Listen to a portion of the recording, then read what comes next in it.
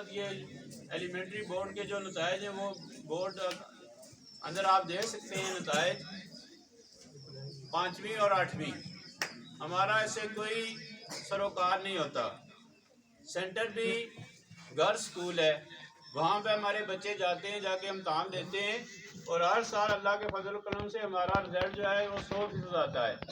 तो ये अल्लाह ताला का खुसूसी करम है, असातिज़ा की मेहनत है। जनाब हाजी असलम साहब, ये ज़्यादा जो है आप सब इसी अदारे के फारुल तहसील हैं, इसी अदारे में पढ़ के सब गए।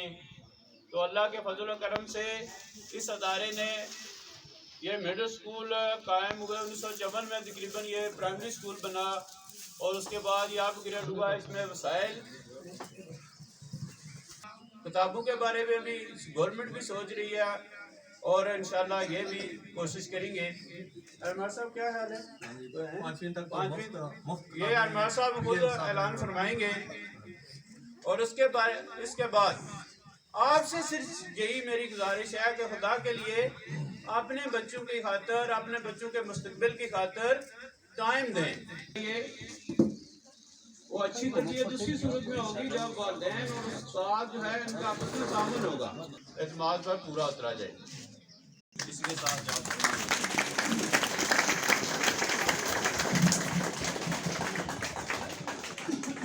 माशाअल्लाह ये थे मास्टर अब्दुल जवाद खान साहब।